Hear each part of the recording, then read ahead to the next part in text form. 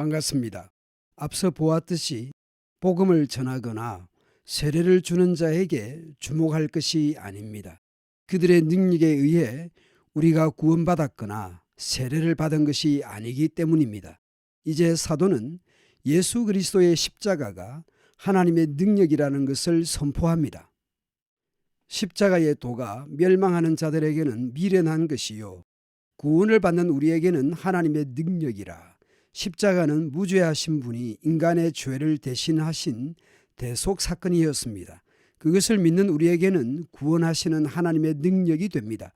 그러나 믿지 않는 자들 입장에서 생각해 보면 자신의 지혜를 동원하여 말의 지혜로서 자신의 무죄를 입증해야 하는데 예수님의 십자가는 그렇지 못하니 어리석어 보이고 무능해 보이고 미련해 보이는 것입니다. 그러므로 이제 사도는 이사야 선지서의 말씀을 인용합니다. 이사야 당시 마리사, 하나님을 말하고 신앙을 말하면서도 실제적인 삶에서는 전혀 다른 삶을 살았던 것이죠. 그래서 하나님은 지혜와 총명을 없애거나 가리겠다고 심판의 말씀을 하셨던 것입니다. 오늘 본문 19절입니다. 기록된 바 내가 지혜에 있는 자들의 지혜를 멸하고 총명한 자들의 총명을 폐하리라 하였으니 지혜에 있는 자가 어디 있느냐? 선비가 어디 있느냐? 이 세대의 변론가가 어디 있느냐? 하나님께서 이 세상의 지혜를 미련하게 하신 것이 아니냐? 하나님의 지혜에 있어서는 이 세상이 자기 지혜로 하나님을 알지 못하므로 하나님께서 전도에 미련한 것으로 믿는 자들을 구원하시기를 기뻐하셨도다. 하나님께서는 설득력 있는 지혜로서가 아닌 전도를 통해 구원하시는 것이죠. 유대인은 표적을 구하고 헬라인은 지혜를 찾으나 당시 사람들이 추구했던 방식이었습니다. 유대인들은 구약이 예언한 것을 입증하는 것이 중요했고 헬라인들은 말의 지혜가 중요했습니다. 그런데 우리는 십자가에 못 박힌 그리스도를 전하니 유대인에게는 거리끼는 것이요 이방인에게는 미련한 것이었습니다. 왜냐하면 유대인들 입장에서는 거리낄 수밖에 없는 이유가 있습니다. 신명기에서 나무에 달린 자는 하나님께 저주를 받았다는 말씀 때문에 유대인들에게는 예수님의 십자가 사건이 거리끼는 것이었습니다. 무죄한 예수님이 죄인을 위해 나무 십자가에서 돌아가셨는데 그냥 나무에 매달려 죽은 십자가의 예수님을 믿기가 쉽지 않았던 것입니다. 말의 지혜를 추구한 헬라인들 입장에서는 예수님을 믿기가 여간 어려운 것이 아닙니다. 아니 설득력 있는 말로서 자신의 무죄를 입증해야 하는데 무죄하다고 하면서도 무죄를 입증하지 못하고 죽는다는 것은 미련하고 어리석은 것으로 헬라인들에게는 보이는 것입니다. 그러나 부르심을 받은 자들에게는 유대인이나 헬라인이나 그리스도는 하나님의 능력이요 하나님의 지혜입니다. 그러므로 하나님의 어리석음이 사람보다 지혜롭고 하나님의 약하심이 사람보다 강합니다. 형제들아 너희를 부르심을 보라. 교회 구성원들을 살펴보라는 것입니다. 학벌, 사회적 지위, 집안 등 배경들을 살펴보라는 것입니다.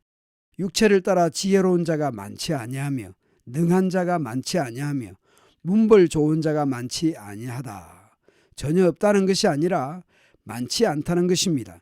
그러나 하나님께서 세상에 미련한 것들을 택하사 지혜에 있는 자들을 부끄럽게 하려 하시고 세상에 약한 것들을 택하사 강한 것들을 부끄럽게 하려 하시며 하나님께서는 세상에 천한 것들, 멸시받는 것들, 없는 것들을 선택하셔서 강하게 만들려는 것이 아니라 강하고 있는 것들을 폐하려고 하셨다는 것입니다. 왜냐하면 아무 육체도 어떤 사람도 하나님 앞에서 자랑하지 못하도록 하기 위해서입니다.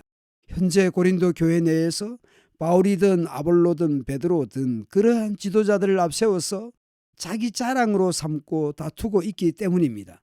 너희는 하나님으로부터 나서 그리스도 예수 안에 있고 예수는 하나님으로부터 나와서 우리에게 지혜와 의로움과 거룩함과 구원함이 되셨으니 기록된 바 자랑하는 자는 주 안에서 자랑하라 함과 같게 하려 함이라.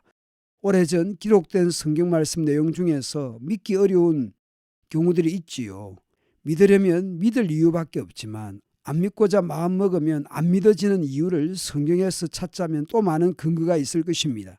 어떤 주제나 내용에 대해서는 어떤 사람의 주장에 대해서는 동의하면서도 성경의 어떤 구절이나 내용에 대해서는 어려워하기도 합니다. 우리가 가진 지혜나 경험, 다른 사람의 이론이나 주장에 대해서는 아주 가치 있고 높이 평가하려는 교만이 그 근저나 뿌리 깊게 있는 것은 아닌지 돌아보게 합니다.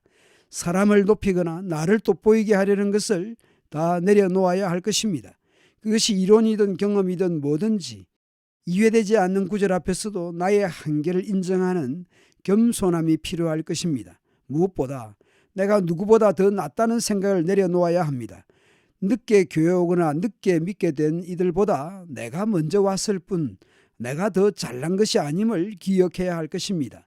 나이든 직분이든 경험이든 신앙생활의 연륜이든 그 무엇도 나를 높이고 싶은 모든 것들을 내려놓고 겸손히 섬기며 배우며 살아가면 좋겠습니다. 감사합니다.